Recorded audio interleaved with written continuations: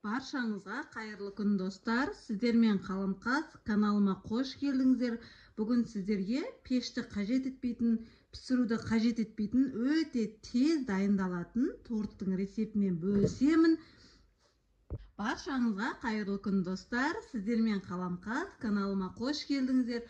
Бүгін сіздерге өте керемет, пісіруді қажет етпейтін, пешсіз дайындалатын торттың рецептімен бөлісемін. Өте тез, жылдам дайындалады. Үйіңізге қонақ келсе, дайын болатын торттың бірі. Видеоны соңына дейін көріңіздер. Каналыма тіркелуді ұмытпаңыздар. Алдымен бізге қажетті заттар: осындай банан, киви, кез келген печеньенің түрі жарайды. Мен осындай майда печеньені қолданамын. Және де қаймақ, сгущенка, яғни қойытылған сүт қажет. Алдымен ыдысымызға печеньемізді сабаламыз. Және де үстіне қойытылған сүтімізді, яғни сгущенканы құямыз.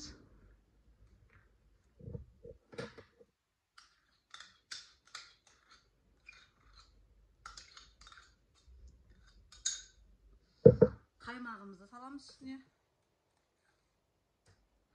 Қанша мөлшерде қажет екенін заттардың осы видеоның астында описание бөліміне жазып қоямын. Егер де торттың тәтті болған қаласаңыз, кішкене қант қосуға болады. Мен қазір кішкене қант қосамын. Тәтті болуы.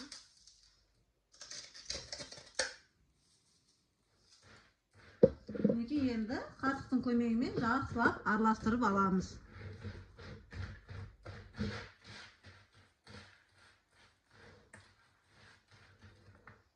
Мінекей осылай барлығын жақсылап араластырып алдық. Енді келесі кезекте бананымызды тураймыз. Кез келген формада турауға болады бананды.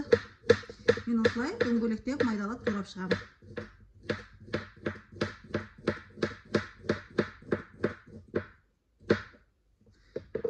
Тураған бананымызды араластырған салмамыздың арасына саламыз. Тағы да жақсылап араластырып аламыз.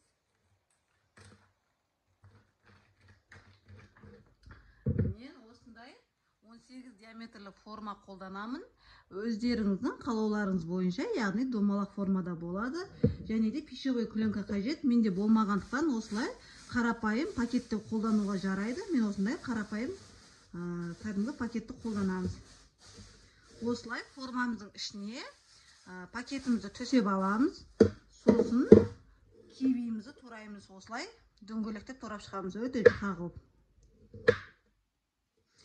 Видеода көріп тұрғандарыңыздай дәл осылай кивилерімізді турап шығамыз. Турап алған кивилерімізді осы формамыздың ішіне қойып шығамыз, яғни табанынан астына осылай барлығын біркелкі салып шығамыз. Және де қырына да салып шығамыз. Видеода көріп тұрғандарыңыздай дәл осылай жасаймыз. Мінекей осылай барлығын төсеп шығамыз.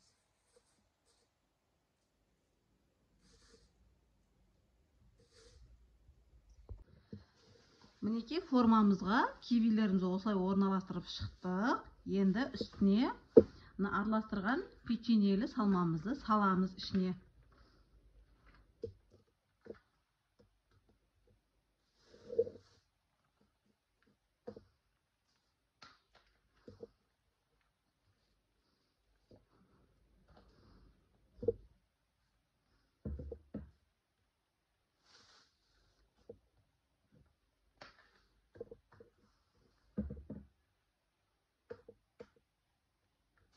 Дәл осылай салып шығамыз.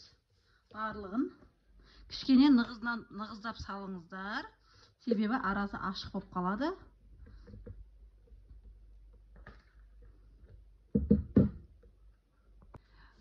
Дәл осылай формамызға салып шықтық. Енді пакетімізді қайырып, жақсылап бетін жабамыз.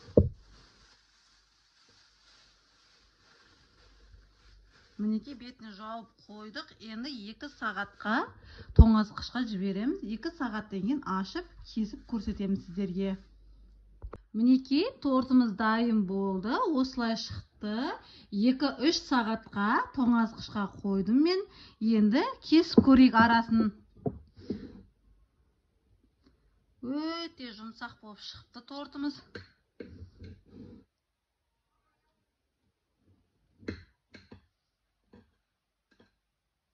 Мінекей тортымыздың арасы.